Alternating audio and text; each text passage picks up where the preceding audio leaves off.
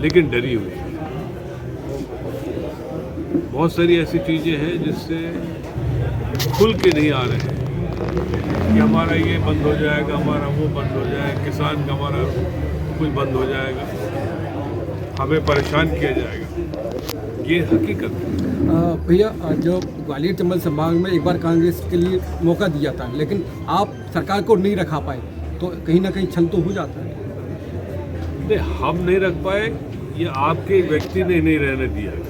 हमारे व्यक्ति मीन्स आपके अंचल के एक व्यक्ति ने। नाम खुल के बताइए। सिंधिया जी ने, और किसने किया? सो खुल के क्या बात है? अभी आपने गुटबाजी को लेकर बात की, अंदर जो बोल रहे थे कार्यकर्ताओं से गुटबाजी को दूर करने की बात की, तो आपको लगता है कि कांग्रेस में अभी भी गुटबाजी जा रही है? देखिए, हर परिवार में थोड़ी थाड़ी रहती है और हर जिले में थोड़ा है। हम लोग उस यदि नज़रअंदाज करें तो ठीक नहीं है।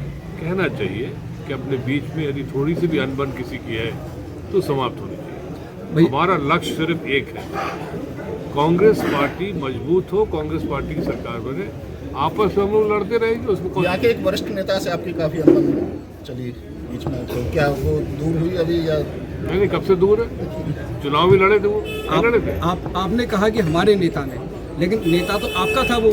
आप यहाँ पर आए, हम भी आपके हैं, लेकिन आपने दुनिया कैसे बना दी है कि ये नहीं चंबल के नेता वो हैं? कौन से नेता? आपने अभी सिंधिया जी का कहा ना कि आपके नेता नहीं, लेकिन वो नेता तो आपके थे ना। आपके नेता नहीं था, आपके अंचल के नेता। पहले आपने आपका कहा था, फिर अंचल का कहा। क्या 2029 की तस्वीर आपकी नज़र में क्या रहने? 28 की, सॉरी 28 में यदि हम लोग सब लोग इस तरह से काम चल रहा है और थोड़ा तेजी करेंगे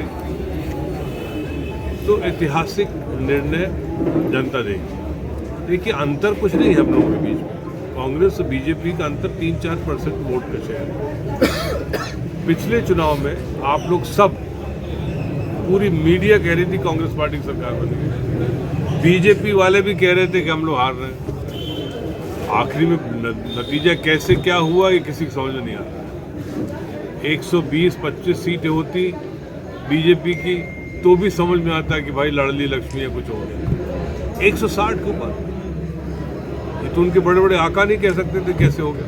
तो कुछ ना कुछ सरकार के जो मंत्री हैं उनके लगातार विवादित बयान सामने निकल कर आया। अभी हाल ही में यहाँ पे कृषि मंत्री आए थे अंदल सिंह कंचाना, वो बोले सरकार की आलोचना करने की आदत पड़ गई है पत्रकारों को। अभी कल में जो आपके तुलसी सिलावट है उनका बयान आया था मीडिया के विपक्ष में। तो क्या लगता है कि बयानबाजी पहले देश के जो सैनिक हैं उनके प्रति आई, अब पत्रकारों को टारगेट करने की बात आ रही है, क्या मानते हैं आप? मैं तो ये मानता हूँ कि इनका कुछ मानसिक संतुलन कुछ गड़बड़ा रहा है। बहुत दिन सत्ता में रहने के बाद वो थोड़ी सी भी आलोचना सुनने के अब आदी नहीं रह गए। हम लोग तो सत्ता में भी थे तो भी आलोचना होती थी तो बर्दाश्त कर लेते थे।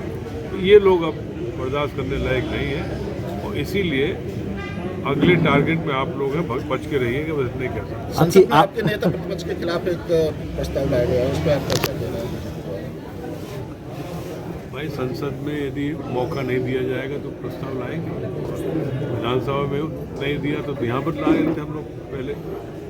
ये बात सच है कि जनता त्रस्त है, जनता को एक विकल्प की तलाश है, लेकिन कांग्रेस एक अच्छा विकल्प जनता के लिए क्यों नहीं बन पा रही है? क्या कारण है? देखिए, कांग्रेस ही विकल्प है यहाँ तीसरा विकल्प नहीं है, ये दूसरा विकल्प कोई नहीं है। हाँ, खुल के आज की तारीख में, और मैंने शुरू में कह दिया, बहुत सारी समस्याएं हैं। लोग बाग, अब जैसे कभी किसान यात्रा हो रही थी, मैं एक जिले में समापन में गया, मैंने पूछा कि किसान लोग थोड़ा कम क्यों आ रहे हैं? कहते हैं वो उनका जो 2000-3000 क्या है वो मिलता है, सम्मान निधि, वो यदि फोटो खिंच जाएगी तो हमारी सम्मान निधि बंद हो जाएगी। इन सब चीज़ों से आप लास्ट के 6-7 महीने देख लीजिए क्या हाल है, अभी नहीं। चलिए, बहुत बहुत धन्यवाद। 2028 में किस चेहरे पे कांग्रेस चुनाव लड़ेगी 2028 में? 2028 में किसके चेहरे पे? किसके चेहरे पे कांग्रेस? कांग्रेस पार्टी सामूहिक चेहरे पे लड़ाई लड़े। यूजीसी को लागू ये काफी समय हो गया। सबट संगठन चंबल अंचल से लेके पूरे प्रदेश और देश भर में आंदोलन कर रहे हैं। काफी लंबा समय हो गया, कांग्रेस का कोई अभी तक इसका स्टैंड ही क्लियर नहीं हो पाया। कांग्रेस इसका समर्थन कर रही है या विरोध में, क्या कहेंगे इसमें? यूजीसी समर्थन कौन करेगा इसका? राहुल भैया